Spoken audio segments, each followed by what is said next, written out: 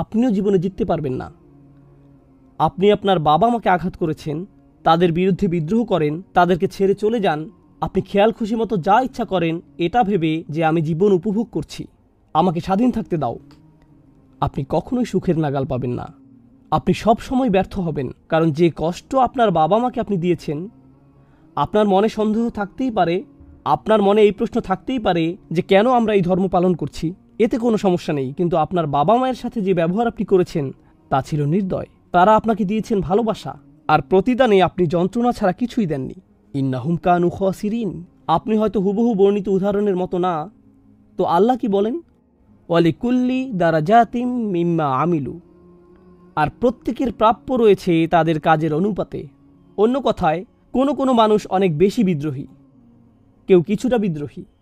কোনো মানুষ এখন আর নামাজ পড়ে না, কোনো মানুষ কিছু একটা হারাম কাজ করে, বিদ্রোহ করছে। কেউ সম্পূর্ণভাবে ইসলাম ত্যাগ করছে, আর এখন ইসলামকে অভিশাপ দিচ্ছে, কোরআনকে অভিশাপ দিচ্ছে। আপনার গুনাহের মাত্রা অনুযায়ী আল্লাহ আপনার সাথে ব্যবহার করবেন। তো যদিও আল্লাহ একটি চিত্র তুলে ধরেছেন যা হলো সবচেয়ে খারাপ উদাহরণ, এর অর্থ এই নয় যে সবার অবস্থা এই চিত্রের মতো। আল্লাহ নিজের স্বীকৃতি দিয়েছেন আর বলেছেন, ওয়ালিকুল্লি দারাজাতিম মিম্মা আমিলু ওয়ালিউফিয়াহুম আমালাহুম ওহুম লা ইউজলামুন। তাদেরকে পরিপূর্ণভাবে প্রতিদান দেওয়া হবে, আর তাদের উপর কোনো জুলুম করা হবে না।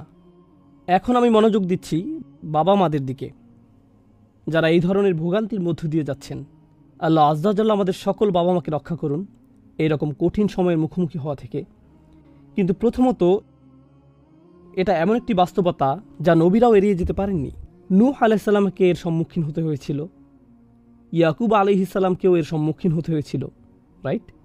ইব্রাহিম আলাইহিস সালামও এটা নিয়ে শঙ্কিত ছিলেন। যদিও তার সন্তানেরা ছিলেন অসাধারণ, তবুও তিনি এই বিষয়ে শঙ্কিত ছিলেন। তিনি এই ব্যাপারে দোয়া করেছিলেন, অজনুবনি ও বানিয়া আন্না আবুদাল আসনাম। আমাকে এবং আমার সন্তানদেরকে মূর্তি পূজা থেকে বিরত রাখুন। এটা ছিল ইব্রাহিম আলাইহিস সালামের দোয়া। তো এটা এমন না যে আমরা কখনোই এই উদ্বেগ থেকে মুক্ত হতে পারবো। কিন্তু আমি আপনাদেরকে একটি জিনিস বলবো, এই আয়াতটির মধ্যে একটা ইশারা আছে। যখন আপনার ছেলের বয়স 18, 19, 20, 25, 28 বা 30 হয়ে যায়, সে তখন প্রাপ্তবয়স্ক। হয়তো সে কম বয়সী, হয়তো খুবই অপরিপক্ক প্রাপ্তবয়স্ক, যে মারাত্মক ভুল করে ফেলতে পারে, কিন্তু তারপরেও সে একজন প্রাপ্তবয়স্ক। যখন সন্তান প্রাপ্তবয়স্ক হয়ে যায় আর তারা জীবনে ভুল করে ফেলে, তখন আপনার ভূমিকা কি হবে? আপনাকে এবং আমাকে মনে রাখতে হবে, রুফি আল কলম, আমলনামার কলম উঠিয়ে ফেলা হয়েছে। আমাদের কাজ ছিল তাদেরকে লালন পালন করা যতদিন না তারা প্রাপ্তবয়স্ক হয়ে যায়।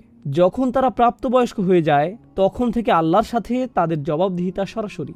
এই বয়সে যত বেশি আপনি তাকে কন্ট্রোল করতে চাইবেন, যত বেশি আপনি তাকে বলবেন কি করতে হবে, যত বেশি আপনি তাকে বলবেন যে তোমার বয়স 18, 20, 25 হয়েছে, নামাজ পড়ো, নামাজ পড়ো, নামাজ পড়ো, তত বেশি সে নামাজ থেকে দূরে সরে যাবে, তত বেশি সে বিরক্ত হবে। যখন তার সাথে আপনার দূরত্ব তৈরি হয়ে যাবে, সে আর আপনার সাথে কোনো কিছু করতে চাইবে না।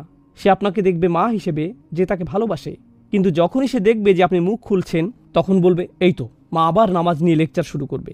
মা আমাকে পুরনো আলোচনা শুনিয়ে দিবে, কিভাবে তওবা করতে হবে, অথবা কিভাবে আমার উচিত ওই মেয়েটির সাথে কথা বলা বন্ধ করা। ও গড, আমি আর বাসায় আসবো না, আমি বাইরে যাব, আমি আর সহ্য করতে চাই না। আর মায়েরা হয়তো বলবেন, আমি চেষ্টা করেছি দাওয়াতি কাজ করতে, আপনি কি করতে বলেন?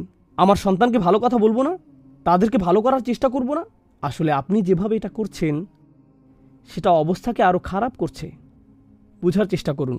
বিশেষত আপনার সন্তান যখন বড় হয়ে যায়, তখন তার সাথে আপনার দুই ধরনের সম্পর্ক থাকে। একটি হলো আধ্যাত্মিক সম্পর্ক, যার মাধ্যমে আপনি তাকে উপদেশ দেন, নসিহা, পরামর্শ, এটি হলো আধ্যাত্মিক সম্পর্ক। আরেকটি হলো ইমোশনাল সম্পর্ক। একজন মা তো মাই, তিনি তার সন্তানকে ভালোবাসেন। যদি সন্তান পৃথিবীর সবচেয়ে খারাপ মানুষও হয়, তারপরেও তিনি তার সন্তানকে ভালোবাসেন। তার বয়স যদি 45 বছরও হয়, তারপরেও সে তার মায়ের কাছ থেকে ইমোশনাল সাপোর্ট চায়। তখনও সে তার মায়ের কাছে ছুটে যায় ভালোবাসা এবং যত্ন পাবার আশায়। বাকি সবাই মুখ ফিরিয়ে নিলেও আমার মা কখনোই আমার থেকে মুখ ফিরিয়ে নেবেন না। এই দুইটি জিনিস, আধ্যাত্মিক পথ নির্দেশক হিসেবে আপনার ভূমিকা এবং একজন মা বা বাবা হিসেবে আপনার ভূমিকা, এগুলো দুইটি আলাদা জিনিস। আর কখনো কখনো যখন আমাদের সন্তানেরা বিদ্রোহ করে এবং আল্লাহর থেকে দূরে সরে যায়, তখন তারা চায় না যে আপনি দ্বীনের দাওয়াত দেন, তারা চায় না যে আপনি তাদেরকে আধ্যাত্মিক পরামর্শ দেন, তারা চায় যে এই অবস্থায় আপনি শুধু মা হিসেবেই থাকেন। শুধু খাবার রান্না করে দিন, কিছু সময়ের জন্য দিনের কথা বন্ধ রাখুন, সম্পর্কটা টিকিয়ে রাখুন। কারণ আপনি জানেন গত 10 বার আপনি যখন এই প্রসঙ্গ তুলেছেন তখন কি ঘটেছিল। বাবাকে পরামর্শ দিন, তিনি যাতে রেগে না যান। ছেলে বাসায় আসে প্রতি মাসে একবার, আর এই সময়টুকুতে বাবা বলে দিলেন, এতদিন পর তোমার আসার সময় হলো। আর ছেলে বলল, এই জন্যই আমি আসি না, কারণ আপনি এভাবে কথা বলেন। আর সে আবারও বের হয়ে গেল। কি পেলেন আপনি? কি পেলেন? এই জন্যই আপনি বুঝতে পারবেন যখন ইয়াকুব আলাইহিস সালামের কাছে রক্ত মিশ্রিত জামা নিয়ে আসা হলো, আর তিনি জানতেন যে তার সন্তানেরা মিথ্যা বলছে। তিনি এটা জানতেন। তিনি বুঝতে পেরেছিলেন যে এই মুহূর্তে আমি কিছুই করতে পারবো না। তো যে শব্দগুলো তার মুখ থেকে বের হয়ে গিয়েছিল, সেই শব্দগুলো চিরকাল অনুপ্রেরণা যোগাবে যাদের প্রাপ্তবয়স্ক সন্তান তাদের কন্ট্রোলের বাইরে চলে গেছে। ফাসাবরুন জামিল ওয়াল্লাহুল মুস্তাআন আলা মা তাসিফুন। আমাকে এখন দেখাতে হবে সুন্দর ধৈর্য। প্রসঙ্গত কুৎসিত ধৈর্য বলেও একটা বিষয় আছে, কিন্তু তিনি দেখিয়েছিলেন সুন্দর ধৈর্য। তিনি মুখের হাসি ধরে রেখেছিলেন। কমপক্ষে সম্পর্কের ইমোশনাল দিকটি রক্ষা করে চলুন। কেমন আছো বাবা? ঠিকমতো খাওয়া দাওয়া করেছো তো? সব কিছু ঠিক আছে নাকি? দিনের প্রসঙ্গ আনবেন না, শুধু সম্পর্ক রক্ষা করে চলুন। কেন? আমি এটা কেন বলছি? কারণ শয়তান সেই নির্বোধ ছেলে বা মেয়েটির কাছে আসবে আর বলবে, তোমার বাবা মা তোমাকে ঘৃণা করে, তারা সব সময় তোমার সমালোচনা করে, তারা সব সময় তোমার দোষ ধরে, লেকচার দিতে থাকে। তাদের কথা ভুলে যাও, তারা তোমাকে ভালোবাসে না। যদি তারা ভালোই বাসতো তাহলে কি এভাবে কথা বলতে পারতো? তখন সে চলে যাবে অনেক অনেক অনেক দূরে। মা বাবা হিসেবে এখন আপনার কাজ হলো, কাজটি সম্ভবত গভীর রাতে উঠে ডায়াপার পরিবর্তন করার চেয়েও কঠিন, এবং যখন তাদের জ্বর আসতো তখন রাত 2টার সময় হাসপাতালে নিয়ে যাওয়ার চেয়েও কঠিন। আর স্কুল জীবনে তাদের তত্ত্বাবধান করা, তাদেরকে রেডি করানো, সেই সকল ক্লান্তিকর বছর যা আপনি পার করেছেন তা ছিল আসলে সহজতর।